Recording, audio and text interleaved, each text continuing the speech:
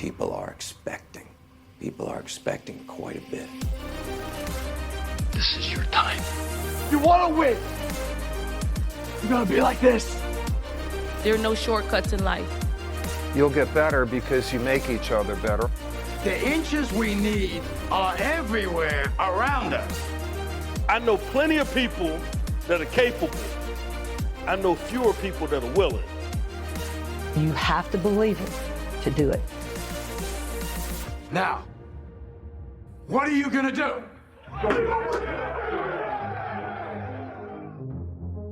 Welcome in, everybody, to another episode of Sideline Sessions on the B Podcast Network. So pleased to have you here with us. We're really excited to continue this season, this debut season of our series here, and have another great conversation today. I am really pleased to be joined by Samantha Arsenault Livingstone. She is an Olympic gold medalist, a high performance consultant, speaker, and mental health activist. She was also co-captain 2005 national champion Georgia Bulldogs swimming and diving team. Samantha spent time as a high school science teacher and swim coach. And in 2016, she founded Livingstone High Performance and the Whole Athlete Initiative in response to the mental health crisis impacting young people across the globe. Samantha, welcome to the show. Oh, so grateful to be here with you today. Thank you for having me. So I'd love to start with your time as an athlete and then go from there. But of course, as each of us, no matter if we're first starting probably at age 5 or 6 or in the college or the Olympics, right, we start to have some perspective or understanding of what coaches do, what they are, how they're impacting us and making an impression. So I'd be interested in hearing from your experience as an athlete. What was your experience of coaching? What coaches made an impression on you? How did that kind of support you through your swim career? Yeah, so swimming. So I'll have to say that my first love was soccer, actually. And that was the sport that I started the earliest, and found my way to the swimming pool because of my older brother who was swimming, because it was way easier to swim than be hot on the swim lanes. Right. So my first experience with coaches were like parents of my friends, right, playing on the town soccer team, and that they were like, we meant business when we went to practice. There was just this like shifting of gears of, okay, we're here, we're together, we're going to work hard. And I'm so fortunate that those early memories from when I joined swimming at 9 years old and when I started to play soccer, probably around like 5 or 6, that those within those two arenas that had really positive coaching experiences met with like warmth. And that balance, it's always like a blend of warmth and also like, we're going to get this done. We're going to be focused. Like, let's get back on track. And it was process focused. I did not have the language at the time when I was younger, but looking back, that was the culture kind of in the stage. By the time that I got to the age that, or a lot of athletes, I think it's younger now, but that 12, 13, 14 year mark where you're having to kind of make decisions about where to spend your time. So I was playing club soccer at that time, and then swimming made my way to a national stage at 12, 13 years old. So I had to kind of make a decision. And so I stepped away from the sport of soccer, and that's when my coaching experience was pretty rough, actually, in swimming. And I don't know how much detail we want to get into here, but it turned into when I said no to soccer and yes to swimming, I transitioned out of a YMCA program into a club experience, and the coaches were abusive. And I didn't have the language again at the time. And so there was my experience as an athlete was, I have this deep, compelling desire to grow and to see how far I can go in sport. Like, that was always in me.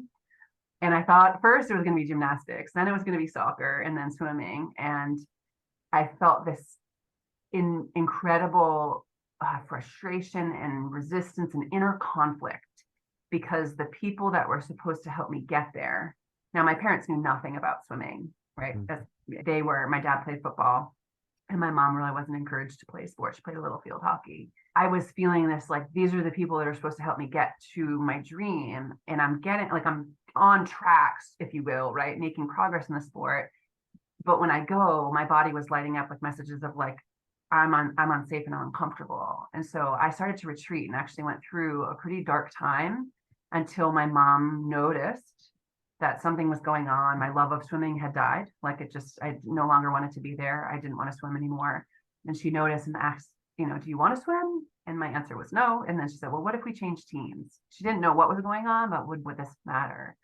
And that's where I changed organizations and club teams. And you talk about the role of a coach and that experience. That was the coach that ended up helping me get to the top of the Olympic podium at 18. And his presence created this absolute container for hard work where it was pure joy and fun. It was hard, and also Right. working hard was fun, and it was, again, process focused, kind of back to my roots around this is all about the journey. And yes, it's important to set these goals, but here's how we do it, and the music blaring at practice, and just the connection through working hard. And he became in ways, as a really powerful guiding force of as I was becoming, right? So at 15, 16, 17, 18 years old. And so then when I went off to college, my experience there with coaches, that was very different actually because I came off of the Olympics and then started my college career. And I felt frustrated. I landed at Michigan first, and I felt frustrated by that I didn't have what I had before, that connection. I was just kind of one of many. And that dynamic and relationship, what I realized was how important it was to me that I felt heard and seen. Mm. And so long story short there, I ended up having shoulder surgery, redshirting, and went through kind of a rough patch post-Olympics. And I moved toward supports and healed and came out of that and ended up transferring to the University of Georgia, where I had, again, coaches who created an environment that was conducive to really high performance and also honoring us as human beings. Right. And so the language around, I don't know if you've heard the expression in the education world, especially of instead of being the temperature, you're the thermostat, right? Setting the tone and creating a container. And it's not about trying to control, but it was more about empowering. And so that kind of coaches who had the greatest impact in a positive way along the way were those that stood alongside of me and mirrored back my strengths, right? And held steady when I felt wobbly, and created that container of deep respect for the humans that were in front of them. And that's what was in my experience at Georgia. There wasn't just one coach, it was an entire staff, and then the support staff around them that really shared those values.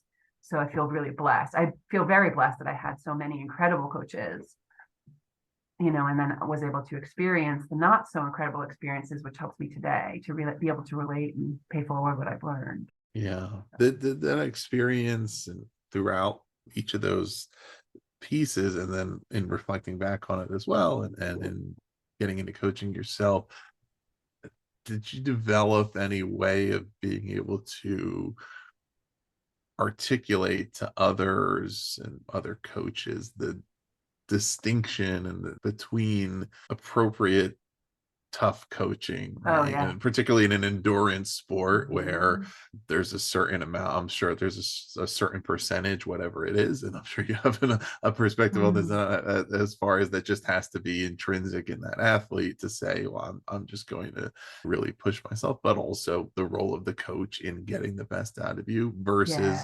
when it's on the other side of the line and it's inappropriate and abusive. And especially understanding that in most, probably all sports, but particularly again in endurance sports, right, there are times when you need that tough coaching, but we also want to be mindful of not valorizing it in this way that over the years, one of our other guests earlier this season was basketball player named Charlie Miller, who played at Indiana University for Bobby Knight, who is probably the most famous, known for that era of valorizing those tough coaches that now we would say, well, there's a lot of stuff there that I'm not so sure about, right? Yeah. But how do you if you're maybe coaching another coach, right? I love, you went right here. This is the space I feel where there's room for so much growth, because it's not either or. And I think that if we peel back the layers and we get to the root and the foundation, and we can build a strong foundation, then we can get into that space where we can push So one of the pieces of the foundation has to be that our language cannot be shaming. So that separation of the person from their behavior, like, is such a core fundamental concept. So who I am is not what I do. So I am in the parenting space, Dr. Becky, I don't know if you know who she is, so like a influencer online, and I don't know if you follow her work, it's really good. It's good stuff. She talks about two fists, and I've adopted that and taken her like her visual, because it's something that I've talked about, and say like, okay, like your left fist, if this is who you are, your right fist, like, so as a coach, so this applies for the athletes that we're working with as well as the coaches themselves. Like, we're going to show up above the line and be able to perform and have these moments where we raise that right fist, right? It's above the line. And then we're going to have moments where we fall short and we fall below the line. And the right fist can go up and down and all around because we're humans striving. So we're going to have these experiences. And the left fist remains steady and constant because that's our worth as a human being. And that we're enough, period, regardless. So that enoughness is not embracing that and getting into this messy space with coaches is like, okay, what we're not saying is like, you're enough and that entitles you to a spot on the roster. We're saying that you're enough as a human being, you're worthy of love and respect, period. Now, whether or not your performances are at the level where they can make a scoring roster, let's say, that's another thing, but that's your behavior. And that it just opens up when you can build that foundational piece and understand that concept and continue to come back to it, you move away from language, right, that's shaming around attacking a person or making sweeping generalizations, and move into a more nuanced ability to develop feedback that's actually behavior specific, which can be corrected and changed, right? So that piece, I would say, is part of it. And then the other is in introducing the concept that two things can be true at once, which is something our brain doesn't like, right? We're uncomfortable with that, but two things can be true at once. And so when we're embracing that space of I care about you and also can hold you to these high expectations, right? Both things can be true at one time. You know, I care about you as a human being, and right, and also that behavior is not okay. So it's getting in and creating space for those nuanced conversations. And honestly, meeting coaches, I've yet to meet a coach, honestly, and I've worked with a lot of them, that it doesn't care about the people they work with. Like the amount of time, I'm married to a coach as well, right? Like it's a family sacrifice. Like it takes an enormous amount of time and energy. And when we can also get clear about that and acknowledge and mirror that back, like you wouldn't be doing this if you didn't care about the development of young people that are in front of you. Okay, so how are we going to do that? And then the third piece of that foundational block is that helping them to see the actual literature around, okay, when we try to control and have power over, like, this is the cost of this. We become less independent, less gritty, right? All of the things that we know versus this ability to empower and help people understand how to regulate their inner world. But that's actually not going to make us washed up and weak. So it's like speaking directly into the fears, really, of if I let go of control, then what's going to happen? They're all going to fall apart. So I think that naturally you might have some that realize, like, this sport's not for me. I'm not actually willing to do these things. But then isn't the team better off for that? And that person better off for that, right? When you shake it all out. So I think, yeah, so those three kind of core pieces set the stage for rich conversation. Then you get into the scenarios of every day around, like, what is that? Like, how do we navigate that space of having high expectations, bringing intensity and passion, and wanting and striving for excellence while also honoring the humans that are in front of us. Yeah. These are such I could spend all of our time right here. Well, and I know there were certain inflection points, right, in your career with athletics, but when was the point in which you got interested in coaching yourself and thinking about that it was something that you may actually want to do? Yeah, so actually never saw this coming. Yeah. I say that, although, and I fell in love with teaching. So teaching and coaching, like how I see sport is a vehicle. it's a vehicle that allows us to connect and tap into that greatness and magic inside of us. So while may have been, my vehicle before doing this work formally was like talking about plant cells and animal cells in biology class, like it was still about helping the young people in front of me connect with that magic inside of them, with this the construct of like the knowledge and learning is a power, right? And it is empowering. So I think that has always interested me. There was a moment where I originally, so when I came off of the Olympics, won my gold medal, came into that, I would say I kind of fell into the darkness when I arrived at Michigan and was feeling that disconnect with the coach that I referenced and the team, and just was going through a rough spot, in a huge part because I needed shoulder surgery and I did not want to deal with that reality. So when I was getting help, I also referenced that one of the assignments was to go out to a school and mentor. And we were thrust, the part of the mentorship is you're put into a classroom. And that is when I was like, okay, I'm not going to be pre-med anymore. I need to switch to teaching because I felt called to do it. So I would say that experience of witnessing those like unlocks or aha moments, or that like young person that just sits up a little taller, knowing that you see them and that you hear them and that you care about them and they just learn something, like those that lit me up. And so I shifted my major to education.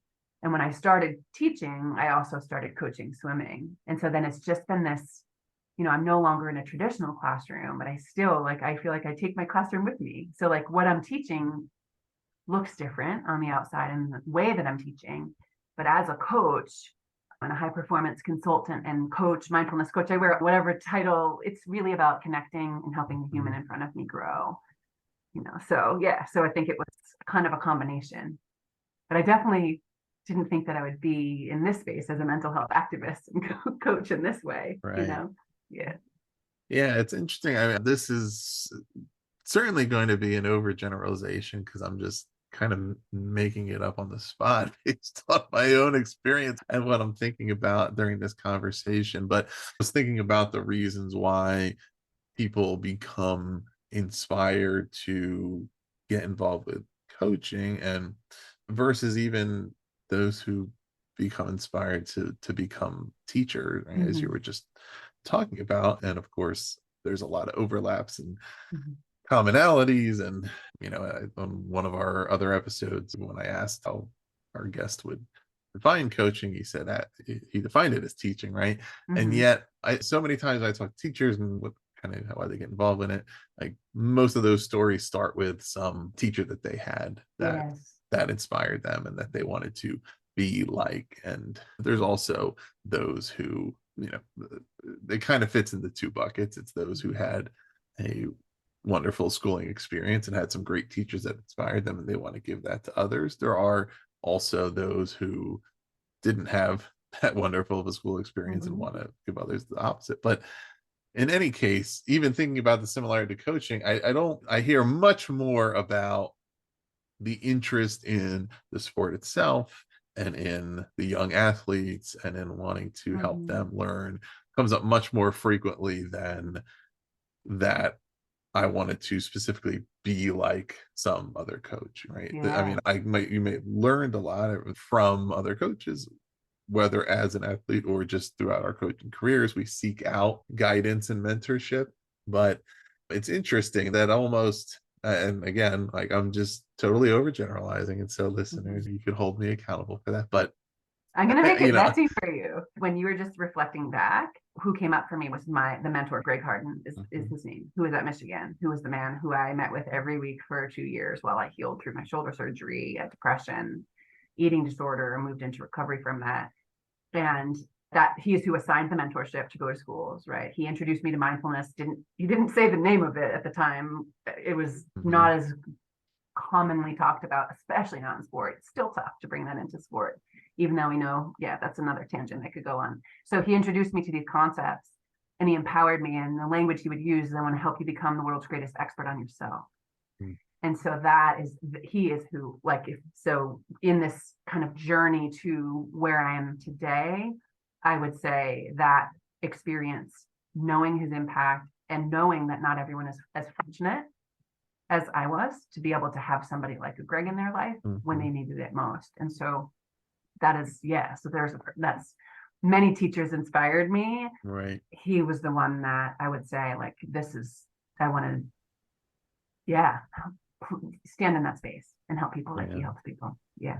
Yeah. I feel like if I were to categorize the worst coaches I ever had, it would be the ones who felt that they were duty bound to perpetuate the lineage of the terrible coaches that came before them, and not because they necessarily even thought that the way they were coached was so great, but because there was some like masculine value placed around being a difficult person, right? Well, it's like that model is like control. And also I would say that as an educator, I know there's alternative paths to education, but a huge part of I got my master's in education as well. I was like, why are you doing this? Why do you want to do this? Why do you think this works? Like, there was so much reflection and preparation for actually how do we learn?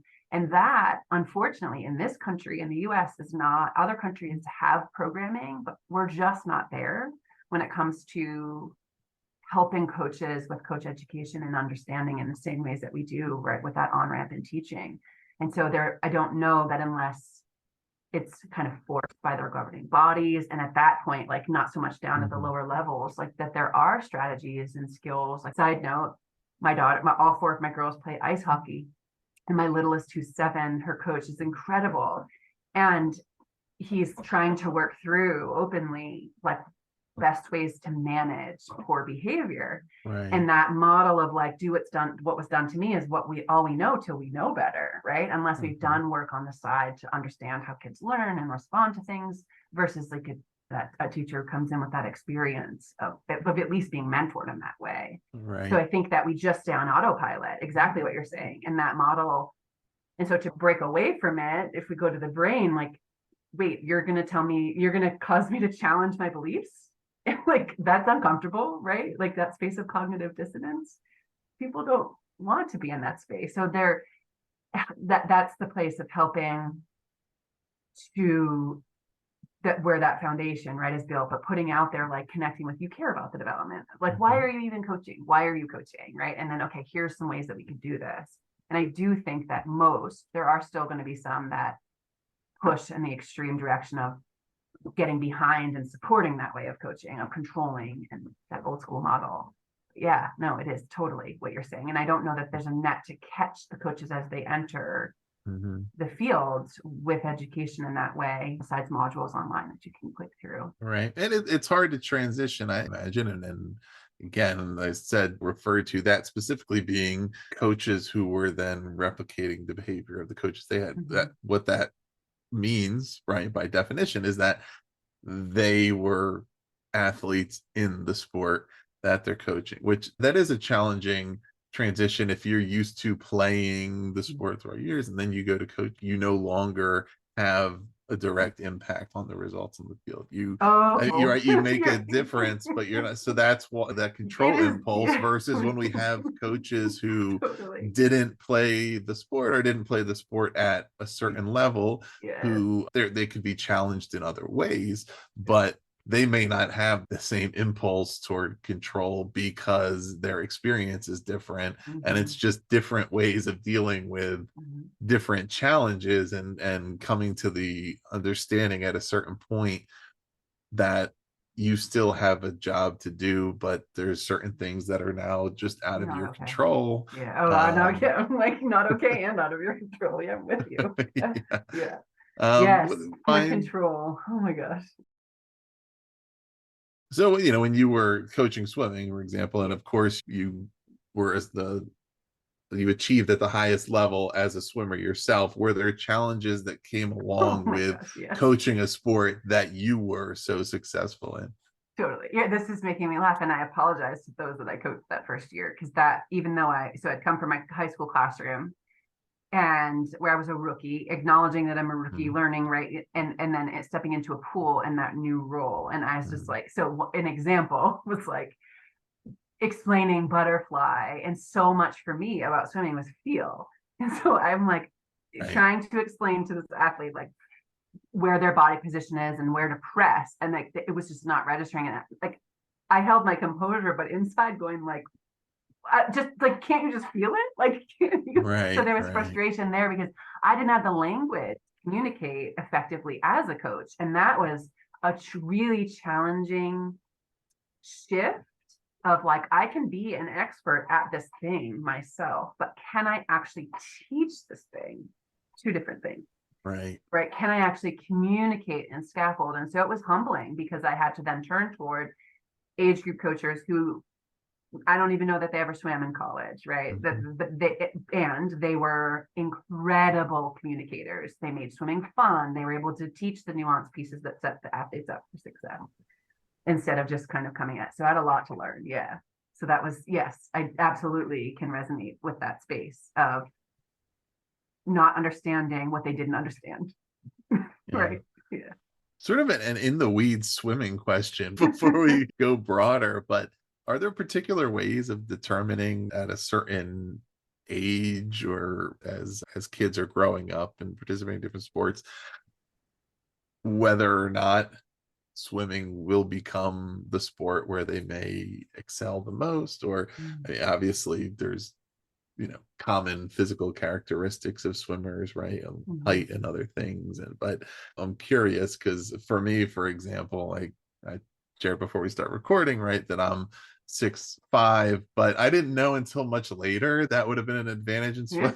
Right? Sure would have been. But at the time you think it's an advantage in basketball, but only up to a certain point, and then it's like it's not anymore. So it would be like, oh, maybe I should have stuck with swimming a little longer. But are there any things like that? And I'm sure listeners may have kids of various ages doing different sports and might be trying to figure out, okay, what should we try? Right. That's such an interesting question. I don't know, like, if there's actual data out there that says like, hey, these are the things. I would say that and I don't know even how to like quantify or even like qualitatively explain to you what it looks like. You can just see people move through the water, and there's a level of efficiency. So, and like, I'm like, one of my daughters is an example. I'm like, are you sure you don't want to try swimming? Because like she just never before I've taught her like this basic strokes, but just the way, like even compared to the other girls. So like just the way that someone moves through the water, how kinesthetically aware they are. So like when you're talking swimming, your smallest tweaks is a matter of tenths of seconds, which adds up, right? It's a lot in the sport. So the ability to be able to have the kinesthetic awareness to know, like, okay, if the coach is explaining this to me, can I actually implement that, feel that in my body? And then the design, like, do they love it? I mean, that's right. Like, I think the biggest, like, does it bring them joy? And of course, inside the joy, that's another place we can experience two things. Like we can experience, it could be hard work. And also like, is there space for joy and play there? And then I would say from that, they're being able to continue to have that. Like I saw too many super fast kids at young ages that were my peers when I entered, and then they burnt out because they just swimming is like unfortunately still considered like a year-round sport, right? Versus the seasonal and having an actual off season. So yes, I would say I think my like first response to that would be kind of watching them swim and move through the water, and then maybe right, but the other pieces have to be there, Yeah. Excellent. So shifting gears to your current work, which is focused in a variety of areas, tell us about the Whole Athlete Initiative and what was your motivation behind starting that? Yeah, thanks for asking. So that there are different layers and levels of it, right? So from an organizational standpoint, looking at like the whole purpose is to provide pillars of support that elevate well-being. So when we talk about mental well-being and emotional well-being, and also, so not either or, but and also increase access to high performance, right? So elevate performance. That's that space I was talking about when we build that foundation. So that work can be done from an organizational level and looking at structures and systems in place, all the way down to the individual level of how can I become the world's greatest expert on me? How do I navigate my inner world? So the catalyst for the Whole Athlete Initiative, I was teaching, as I mentioned, and then our world moved, and then came twins, is what I like to say, that I chose to stay home from the classroom because paying for daycare would have been like, I would have been paying to go to work. Right. Oh my goodness. But then one of my twins needed open heart surgery. And so that was like this kind of rock bottom moment for me of like really deeply rumbling with like, whoa, like what do I want to do in this world? And like, how do I first function and survive? And she's thriving now. We're very grateful for that.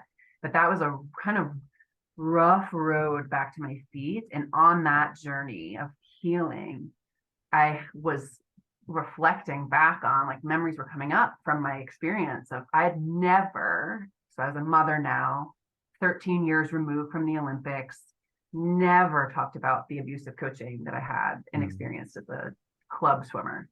Never talked about the moment on the podium where it was this duality of experiencing incredible, like I was humbled and proud and exhausted and so grateful for the opportunity to represent our country and win a gold medal. Like there was such a euphoric high, and also it was coupled with this like emptiness of, oh my gosh, I didn't realize this is all it would be. And a vicious inner critic that was so unkind about all the things, all the ways I was falling short, even though I won a gold medal. Like, so there was this real like deep rumbling that honestly for 16 years, I was like, shove it down. I literally had all my Olympic stuff boxed up, never talked about it. I never introduced myself in that way. I was just like, this is a different part of me, like a different person. Yeah. And it was through that experience of navigating open heart surgery, that healing journey, and then the collision of the healing journey with watching the Rio Olympic Games. And I don't know if you watched the Olympics, but the swimmers were making some pretty poor decisions, got in trouble with the law. Like it was this whole ordeal. And I'm simultaneously in therapy, rumbling like, what you're talking about, can you have intense coaching that's not abusive? Can you be great and also be healthy? So like I was personally reflecting and sifting through like literature and researchers' work to find the answers. And while the Rio Olympics were going on and I'm in the midst of this kind of like swirl, my daughters were old enough to get that I was an Olympian. And they're like, where's all your stuff? So we unboxed the boxes.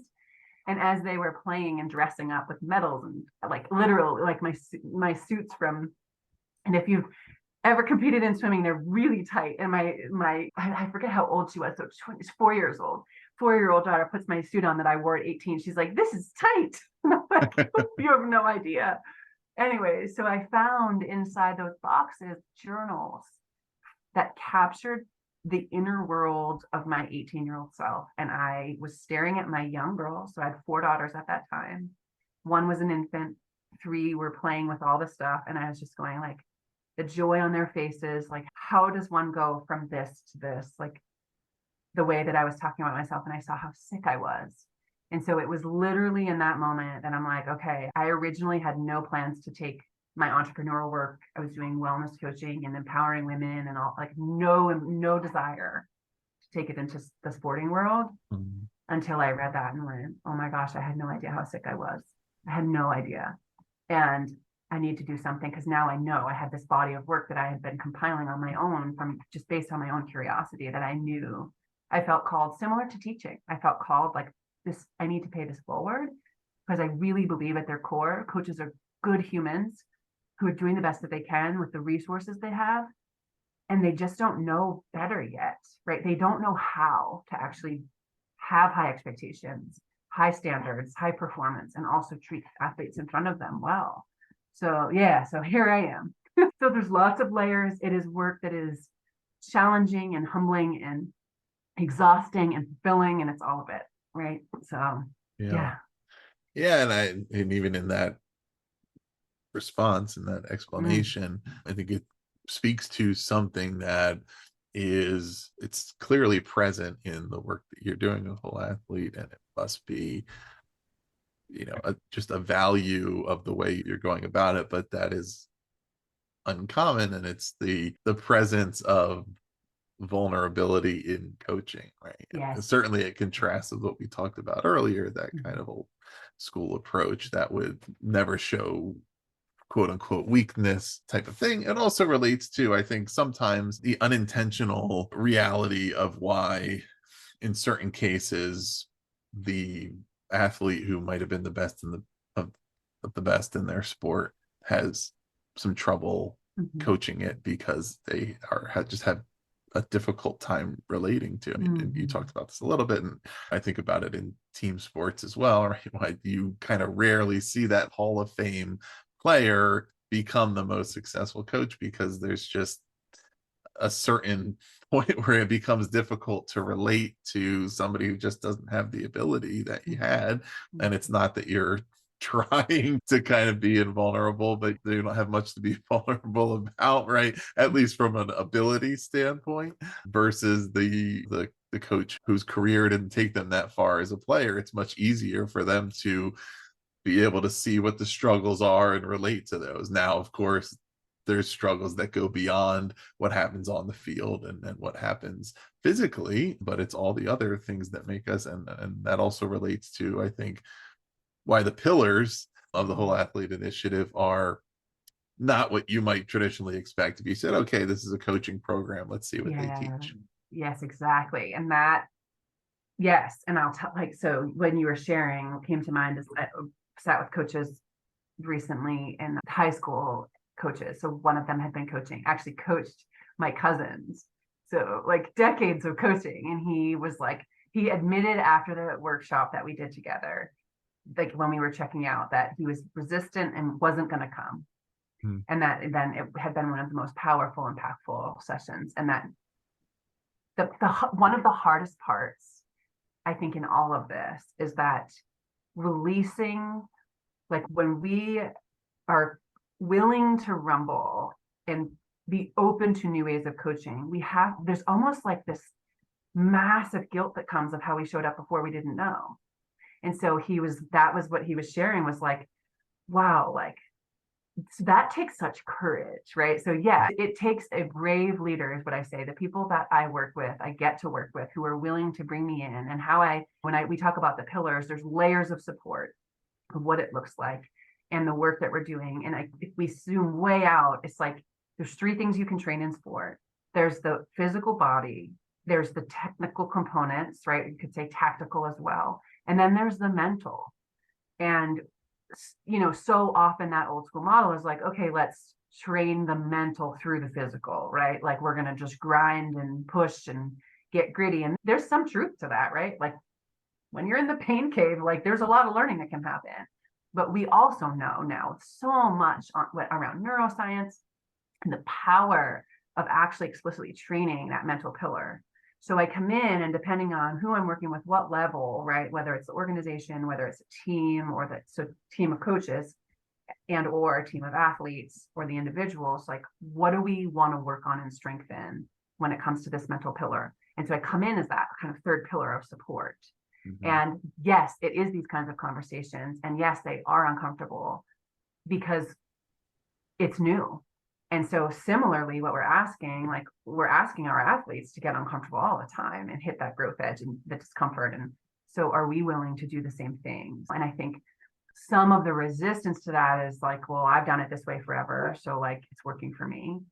The other resistance is, I think, deeper than that, which is like, if I'm going to learn this is harmful, and now I've got to rumble with the fact that I did that, like I showed up all these decades like that. And I know it's hard, but release what we've done, right? And repair if we need to. But that idea of being able to come to the table takes an enormous amount of courage. Yeah. So could share more on that. And I'm happy to talk details when it comes to like what it looks like. Yeah, I'll follow your lead here. Yeah.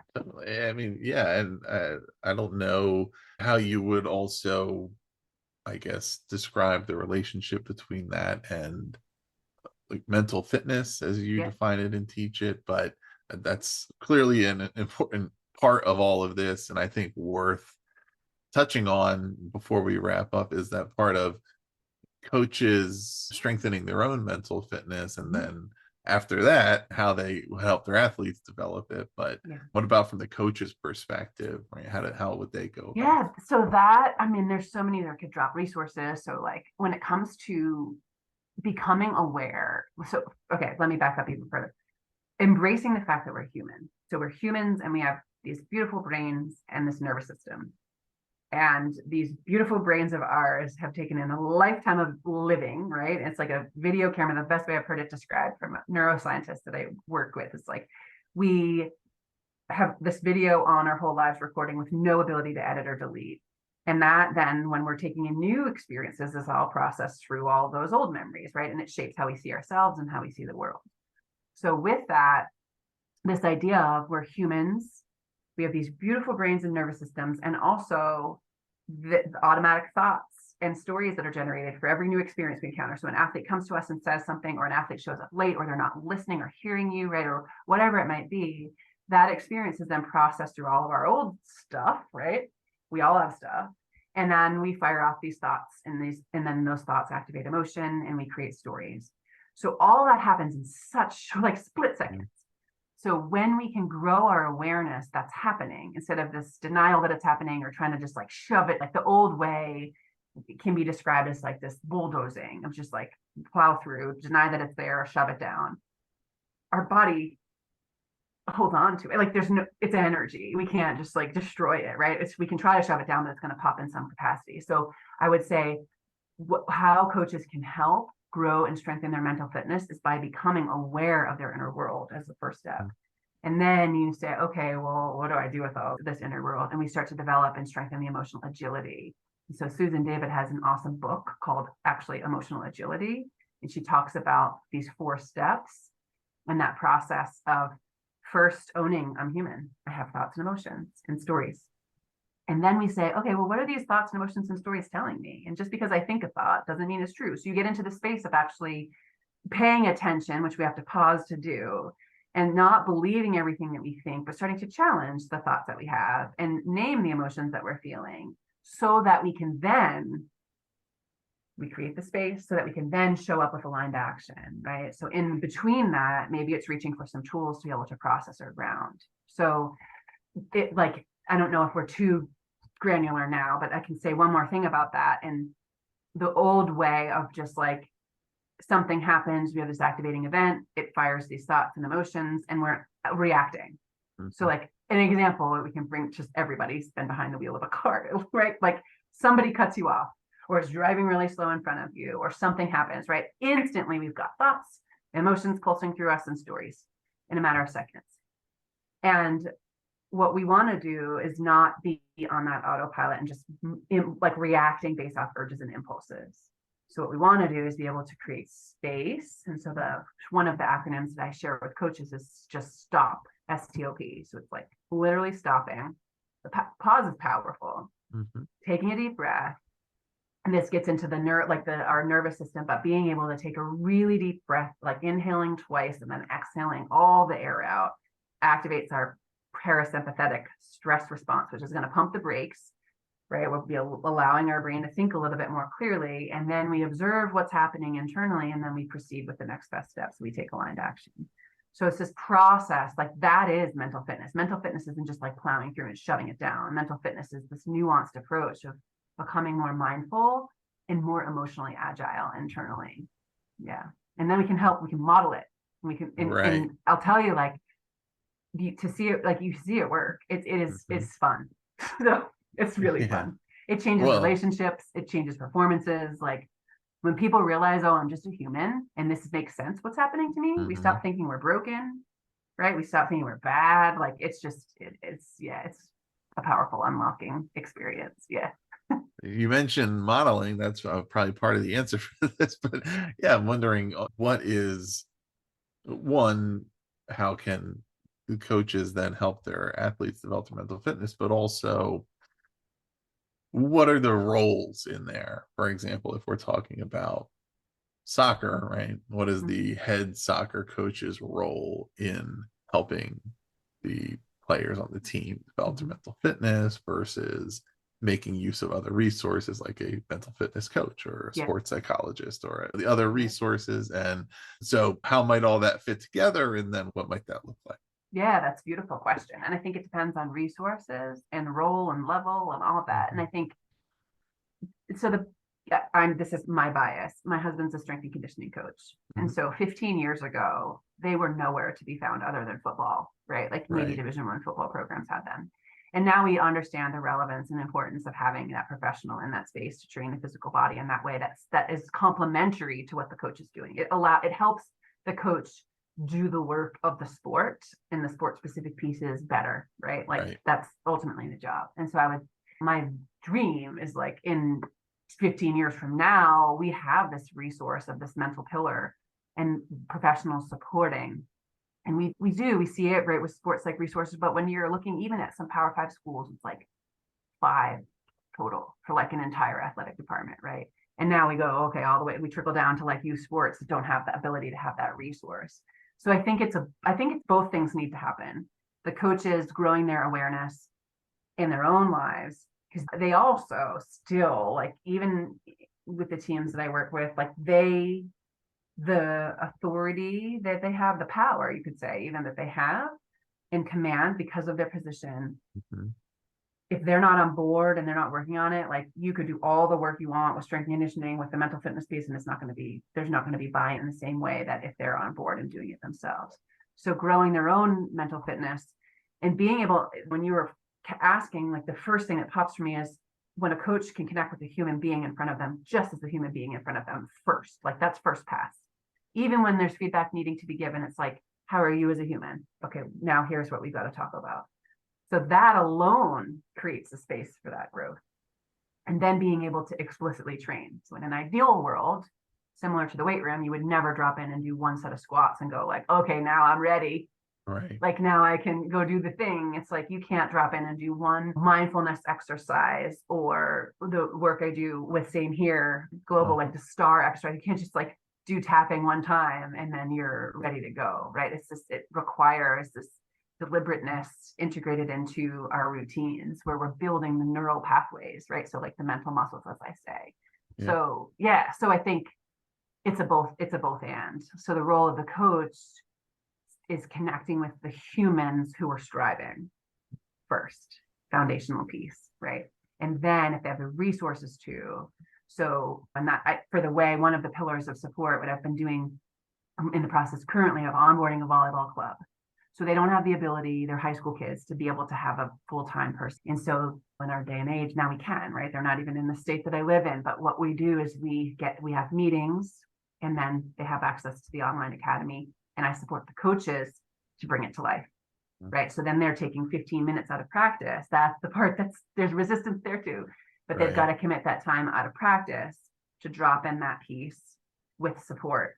Right. So then there's integration there. So there's lots of ways to be creative with it. It takes saying it's important, getting clear on why it's important, and then creating the time for it.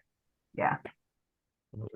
So Samantha, it's been amazing to have you here on the show. And I'm sure we have listeners out there who might be interested in at least learning more about your work, if not going one step further. Where can they learn more? What will they learn if they check out your website? And, how will that go? My website's it's still running and up. So SamanthaLivingstone.com, probably the best way. And then there's a place to connect directly. And I do read all emails that come through. It just might take me a little bit to get back.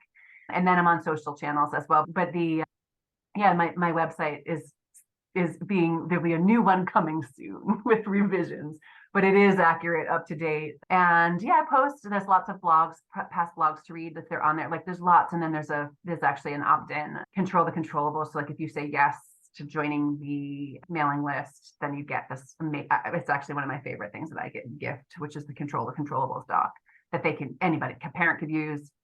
You could use it in your classroom. You could use it as a coach with the team. So encourage, print that out and share that. So Excellent. Coaches, check out those resources. We'll put all the links below to Samantha's website, to social media, to everywhere where you can kind of find those resources. So check that out. Please do also subscribe to Sideline Sessions to hear the rest of this current season and our future seasons. We continue to have a lot of wonderful guests to share with you. Visit thepodcast.network to learn about all of our shows. Samantha, thanks again for being here. Yeah, thank you. Edited by Gage Sanderson.